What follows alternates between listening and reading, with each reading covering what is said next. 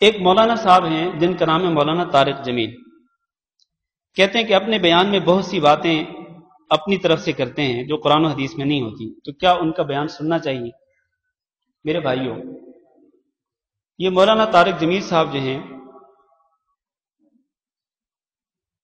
یہ ان کے بیانات اچھے بیانات ہوتے ہیں، ان کی تقریریں اچھی تقریریں ہوتی ہیں، لیکن ان کے بیانات کے اندر اور ان کی تقریروں کے اندر بہت ساری ایسی باتیں جو جس سوال میں لکھا گیا، بہت ساری ایسی باتیں ہوتی ہیں جو قرآن و حدیث کے خلاف ہوتی ہیں، قرآن و حدیث کے خلاف۔ اب مثلا بلکہ آپ کو یہ بات عرض کر دوں کہ حضرت صاحب کا کوئی بھی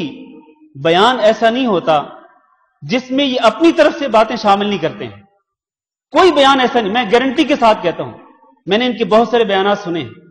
کوئی ایک بیان بھی ایسا نہیں ہوگا جس میں انہوں نے اپنی طرف سے کوئی چیز بیان نہیں کی ہوگی جو کہ قرآن و حدیث کے خلاف ہوگی۔ مثلا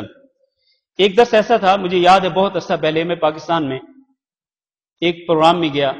مجھے میرے جاننے والے دوست مجھے اس پروگرام میں لے کے گئے، اس وقت میں مدینہ یونیورسٹی میں پڑھتا تھا، مدینہ یونیورسٹی کا طالب علم تھا میں،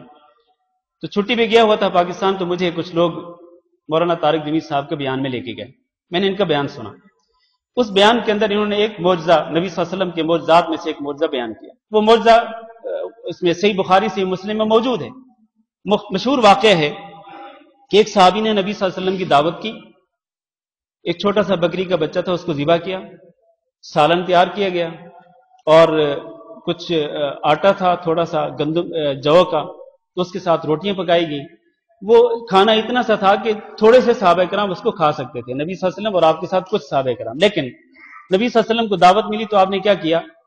سارے صحابہ کرام کو بلا لیا کہ آؤ بھی آج فلاں صحابی کے گھر میں دعوت ہے، گھر والے پریشان ہو گئے، نبی صلی اللہ علیہ وسلم نے فرمایا کہ نہیں، پریشان ہونے کی ضرورت نہیں ہے، آپ صلی اللہ علیہ وسلم نے اس سالن میں برکت کی دعا کی، اور وہ جو آٹا تھا، روٹیاں جو پکائی جا رہی تھی اس میں برکت کی دعا کی، تو اللہ تعالیٰ کی طرف سے معجزہ یہ رونما ہوا کہ جو کھانا چند لوگوں کے لیے تھا وہ سینکڑوں صحابہ کرام کے لیے کافی ہو گیا۔ یہ معجزہ صحیح بخاری صحیح مسلم میں موجود ہے۔ اب یہاں تک واقعہ درست ہے، لیکن مولانا طارق جمیل صاحب کو یہاں تک یہ واقعہ جو ہے بیان کرنا یہ ہضم نہیں ہوا۔ اصل میں یہ بعض علماء کی یہ مجبوری ہوتی ہے کہ جب تک وہ ایسی چیز بیان نہ کریں کہ جس سے مجمع پر اثر ہو، مجمع جو ہے وہ ان کی باتوں پہ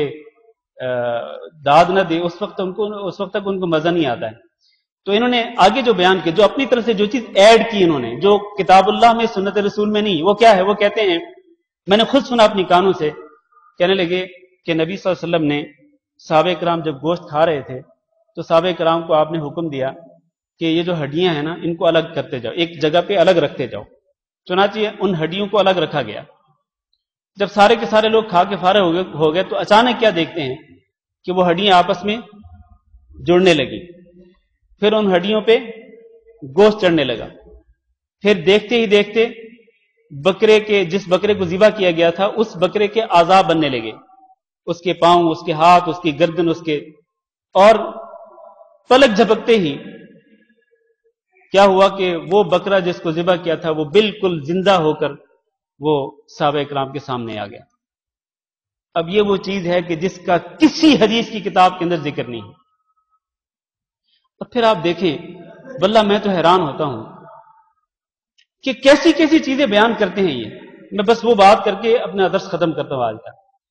ایک کلپ میرے پاس، ویڈیو کلپ میرے پاس بھیجا، یہ آڈیو کلپ تھا شاید، میرے پاس کسی نے واٹس ایپ پہ بھیجا ہے۔ اس میں حضرت صاحب بیان کرتے ہیں کہ میں عمرہ کرنے کے لیے گیا، میرے دل میں تڑپ پیدا ہوئی کہ میں حضرت آمنہ جو کہ نبی صلی اللہ علیہ وسلم کی والدہ تھیں ان کی قبر کو دیکھوں۔ چنانچہ آپ میں سے شاید کسی نے دیکھا ہوگا، وہ کلپ سنا ہوگا۔ چنانچہ میں اس کو تلاش کرتے کرتے کرتے کرتے آخرکار پہنچ گیا ایک جگہ پہ، تو وہاں سے مجھے پتا چلا کہ قبر تک پہنچنے کا جو راستہ ہے وہ بڑا ہی دشوار گزار راستہ ہے، پہاڑی راستہ ہے، اور وہاں تک کوئی جاتا بھی نہیں ہے۔ تو ہم ایک پیٹرول پمپ پہ کھڑے ہوئے تھے، تو ایک بدو آیا وہاں پر جس کے پاس یہ 18 تھی، تو میرے ساتھ جو شخص تھا، یہ مولانا بیان کر رہے ہیں، اس کو میں نے کہا کہ جاؤ اس بدو سے پوچھ کے آؤ کہ قبر کہاں ہے حضرت آمنہ کی، نبی صلی اللہ علیہ وسلم کی والدہ کی۔ تو